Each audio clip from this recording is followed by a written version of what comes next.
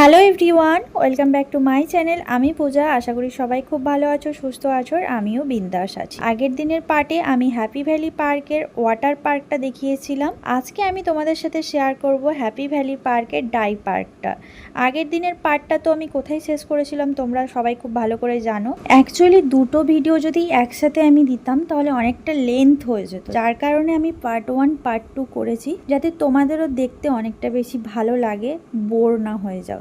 Main gate থেকে সোজা এগিয়ে এলে বাঁ দিকে পড়ছে ওয়াটার পার্ক আর ডান দিকে পড়ছে ড্রাই পার্কে যাওয়ার রাস্তা। আগের দিনের ব্লগে আমি বলতে ভুলে গেছিলাম যে এই পার্কটা কোথায়। এটা হচ্ছে বীরা হ্যাপি ভ্যালি পার্ক। তোমরা গুগলে সার্চ করে দেখতে পারো, Veera happy valley park search করলেই পেয়ে যাবে। আর আমি আমার ভিডিওতে লোকেশনটাও অ্যাড করে দিয়েছি, সেখান থেকেও ক্লিক করলে পেয়ে যেতে পারো। ইউটিউবে সার্চ করলেও দেখবে প্রচুর হ্যাপি ভ্যালি পার্কের ভিডিও আছে। মোটামুটি যতটা ইনফরমেশন আমি জানি তোমাদের সাথে শেয়ার করলাম। এবারে চলো আমরা লাঞ্চে কি কি খেলাম। আগের ভিডিওতে বলেছিলাম আমাদের টিকিটের সাথে ব্রেকফাস্ট আর লাঞ্চটা ইনক্লুড করা ছিল, তো আমাদেরকে টাইম দেওয়া ছিল 3টের মধ্যে লাঞ্চটা করে নিতে হবে। তো সেই জন্য আমরা এখন চলে এসেছি লাঞ্চ করতে। অফলাইনে যারা টিকিট কাটে তারাও দেখলাম যে এখানে লাঞ্চ করে, হয়তো আলাদাভাবে টিকিট কাটে বা কি প্রসেস সেটা যারা এখানে আসবে তারা অবশ্যই জেনে নেবে। সকালের অভিজ্ঞতা তোমাদের সাথে শেয়ার করেছি, ব্রেকফাস্ট কেমন ছিল। এখন লাঞ্চের অভিজ্ঞতাটা তোমাদের সাথে শেয়ার করব, লাঞ্চ কেমন ছিল। প্রথমেই বলি এখানকার পরিষেবা প্রচন্ড স্লো মানে প্রচুর স্লো। অনেকক্ষণ বসার পরে প্লেট দিয়ে গেল আর একটা মিনারেল ওয়াটারের বোতল দিয়ে গেল। প্লেট দিয়ে চলে যাওয়ার পরে প্রায় 10 মিনিট মতো বসেছিলাম। তারপরে দিয়ে গেল ভাত, তার সাথে ছিল ছুরি আলু ভাজা, তার সাথে ছিল ডাল। যেহেতু আমি ডাল খাই না, মানে বাইরে বেরোলে, সেই জন্য আমি ডালটা অ্যাভয়েড করি। তার সাথে ছিল আলু পটলের পোস্ত, আর ছিল চিকেন কষা, চাটনি, আর ছিল মিষ্টি। আলু ভাজা, ডাল, পটল পোস্ত পর্যন্ত তো মোটামুটি ঠিকই ছিল, কোনো সমস্যা ছিলই না। কিন্তু সমস্যাটা দেখা দিল চিকেনের সময় এসে। আমাদেরকে চিকেন দেওয়ার পরে প্রথম চিকেনটা তোমাদের দাদাভাই খেয়েছিল, তো প্রথমে যখন ও এক পিস খেয়েছি কিছু বোঝা যায়নি। সেকেন্ড পিসটা যখন হাড়ের পিসটা খাই, যখন দেখলাম যে চিকেনের মধ্যে মানে যেরকম কাঁচা কাঁচা থাকলে যেরকম একটা সেই লাল লাল ব্লাডের একটা মানে দাগ থাকে, সেই রকমই বোঝা যাচ্ছে। তারপরে যখন ওর বন্ধু খেলো ওরটাও সেম, তারপরে আমাকে যখন বললো আমিও যখন খেলাম আমারটাও সেম। তারপর ওনাদেরকে বলা হলো যে এরকম পিস পড়েছে, তো ওনারা আবার সেকেন্ড টাইম আবার দিয়ে গেলেন। আবারও যখন খেলাম তখন সেমই পড়লো। এবারে আমাদের পরিচিত অনেকেই ওখানে গিয়েছিলেন, ওই একই সময়ে অনেকেই খেতে বসেছিলেন। সবারই দেখলাম পাতে এরকম চিকেন একদম চুরচুর হয়ে পড়ে আছে, কেউই খেতে পাচ্ছে না। পরে যখন ওনাদের একজনকে ডেকে বলা হলো যে এরকম ব্যাপার, তখন ওনারা বললেন যে হ্যাঁ চিকেনটা মনে একটু হতে বাকি থেকে গেছে, আর অনেকেই এরকম ভাবে বলেছে। তো আমার এখানে একটাই কথা, এরকম একটা জায়গা, সেখানে কোনো খাবার সার্ভ করার আগে একবার চেক করে দেখে নেবে না যে খাবারটা হয়েছে কি হয়নি। এরকম আধা সেদ্ধ কাঁচা খাবার কি মানুষকে খাওয়ানো যায়? সকালের ব্রেকফাস্টটা খারাপ ছিল, ভাবলাম যে দুপুরবেলা অন্তত পেট ভরে খাবো। বিশ্বাস করো খিদের সময় এরকম খাবার দেখে মাথাটা পুরো খারাপ হয়ে গেছিল। পয়সাও জলে গেল, খাবারটাও তৃপ্তি করে খেতে পারলাম না। স্নান করে চুল ভিজে একদম মানে সেই কি বলা যায় বড় কাকের মতো অবস্থা হয়ে গেছে। এসেছিলাম কেমন বাড়ি থেকে, আর বাড়ি ফিরছি যেন মনে হচ্ছে না যুদ্ধক্ষেত্র থেকে বাড়ি ফিরছি। চুলটা একটু চিরুনি করতে হবে, এখানে তো খাচ্ছে লোক, একটু বাইরে বেরোই।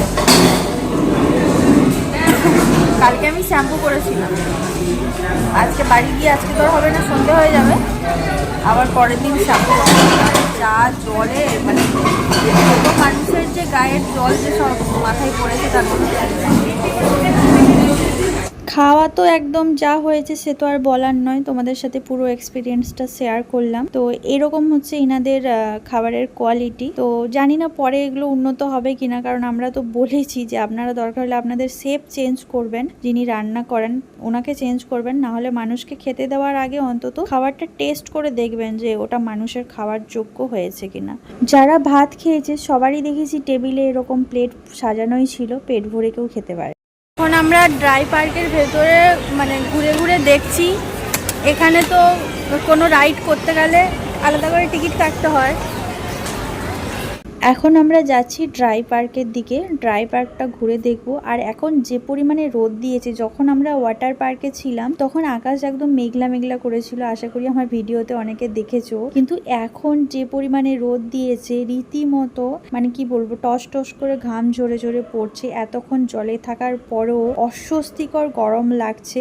এই জন্য খাওয়ার পর কিছুক্ষণ আমরা ভেতরে বসেছিলাম, তারপর ভাবলাম যে না, একটু ড্রাই পার্কটা ঘুরে দেখে নিই, তারপরে আমরা বাড়ির উদ্দেশ্যে রওনা দেব। আমরা ড্রাই পার্কের রাইডস করার জন্য কোনো এক্সট্রা টিকিট কাটিনি। তোমরা যারা ড্রাই পার্কের রাইডস করতে চাও তারা টিকিট কাউন্টার থেকে টিকিট কেটে নিতে পারো একসাথে ইনক্লুডিং। না হলে তোমরা ড্রাই পার্কের ভেতরে ঢুকে যে যে রাইডস গুলো করবে সেগুলোর জন্য তোমরা আলাদা আলাদা করে টিকিটও কাটতে পারো। আমরা ওয়াটার পার্কে এত রাইডস করেছি যে আমাদের আর সত্যি কথা বলতে এনার্জি নেই এই রোদের মধ্যে ড্রাই পার্কের রাইডগুলো করার। তবে পরে যদি আবার কোনোদিন আসি, ড্রাই পার্কের যে রাইডসগুলো আছে ওইগুলো করব। ওয়াটার পার্কে যেমন প্রচুর রাইডস আছে, ড্রাই পার্কেও প্রচুর আছে বাচ্চাদের বড়দের। তবে ওয়াটার পার্কের তুলনায় ড্রাই পার্কে বাচ্চাদের জন্য একটু বেশি রাইড আছে, কারণ বাচ্চারা ড্রাই পার্কে একটু বেশি খেলাধুলো করতে পারবে। ওয়াটার পার্কে বাচ্চাদের জন্য লিমিটেড কয়েকটাই আছে। আর আমরা যেদিন এসেছিলাম এখানে সেদিন সানডে ছিল, তো সানডেতে এমনিতেই যে কোনো জায়গাতে একটু চাপ থাকে, ভিড় থাকে। ছুটির দিনে সবারই ছুটি থাকে, তাই সবাই চায় একটু সময় কাটাতে।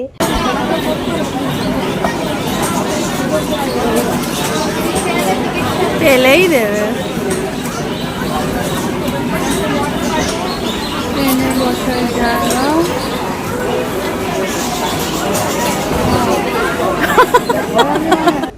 তো পুরো অবাক হয়ে গেছি। হঠাৎ করে আমি ইন্ডিয়ার গেটের সামনে এসে হাজির হয়ে গেছি। ইন্ডিয়া গেট আমি ছোটবেলায় একবার গেছি।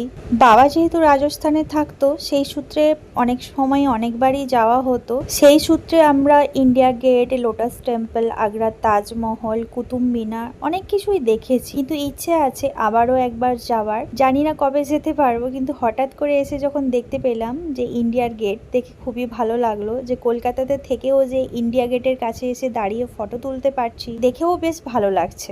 চলো তাহলে ড্রাই পার্কটা এক ঝলক ঘুরে দেখে নেওয়া যাক।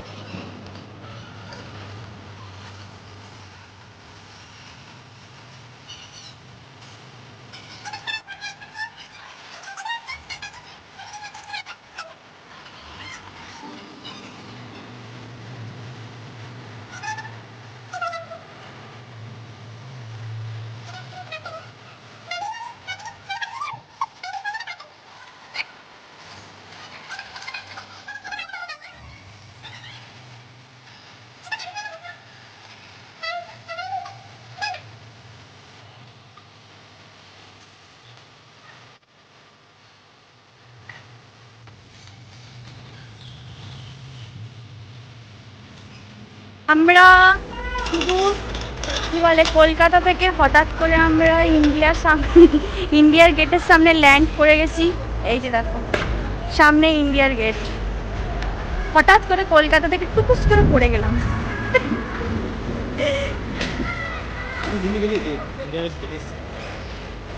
চলো এখানে দু চারটা ছবি তুলে।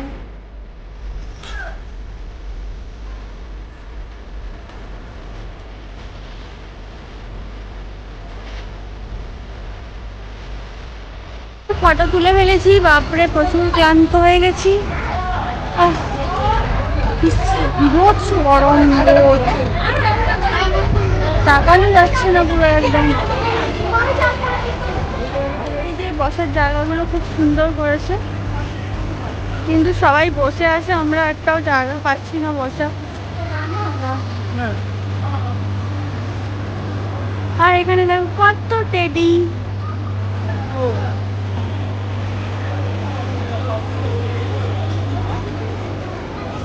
দেখো সবাই এখানে বসেছে। এগুলো হচ্ছে পিকনিক এরিয়া, তাই না? Picnic area. এদিকেও একটা ট্রেন আছে। ভূত বাংলো, ভূত বাংলো এখানে। এই যে ভূত বাংলো, দেখো ভূত বাংলোর ভেতর ঢুকবে। ড্রাগন,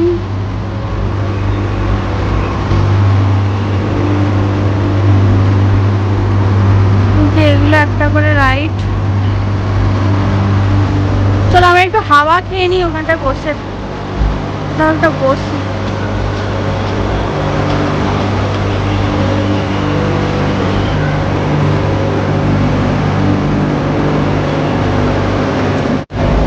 এখানে বসার জায়গা আছে।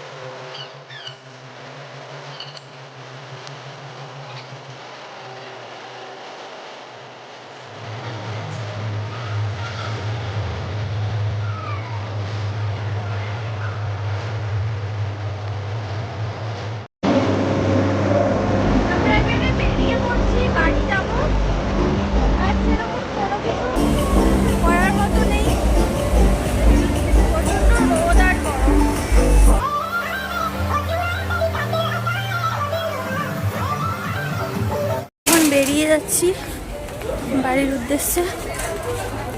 ঘোরাঘুরি কমপ্লিট হয়ে গেছে, 4টা বেজে গেছে।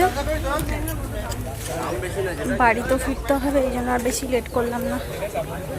পরে আবার কোনো দিন আসবো, যেগুলো বাকি থেকে গেল 5D 3D সেগুলো পরে এসে দেখবো। ভেজা জামাগুলো এত ওয়েট হয়ে গেছে, বাপরে ব্যাগটা যেন মনে হচ্ছে ঝুলে পড়ে যাবে।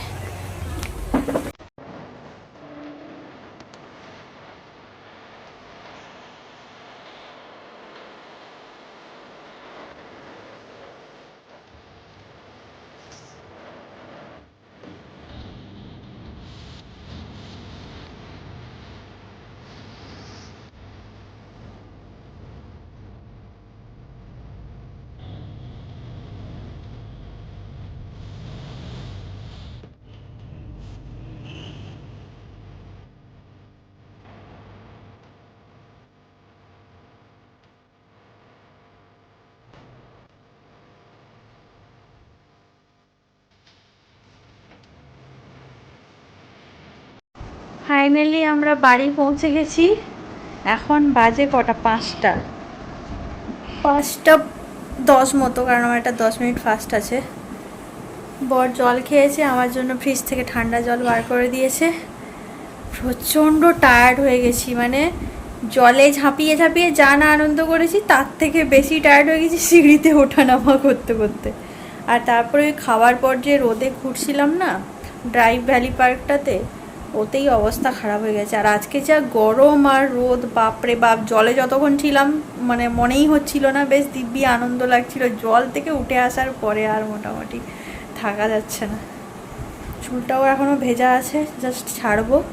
আমি ফ্রেশ হয়ে ভেজা জামা কাপড়গুলো বাইরে রাখলাম।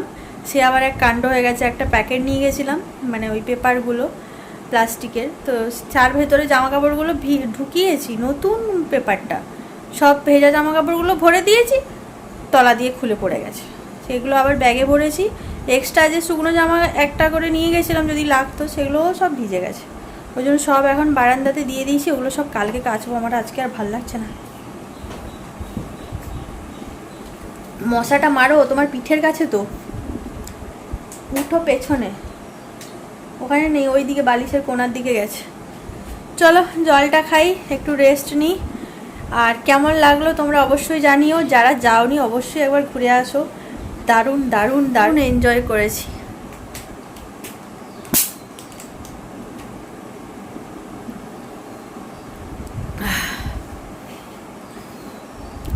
সব কটা রাইডেই আমরা চড়েছি। 2টো রাইড ছোট ছোট ছিল, ওগুলো আর চাপতে পারিনি, কারণ কি ওগুলোতে মানে সমস্যা ছিল, যার কারণে ওগুলোতে কেউই চাপ ছিল না। কিন্তু বাকি যতগুলো ছিল সবগুলোতেই চেপেছি।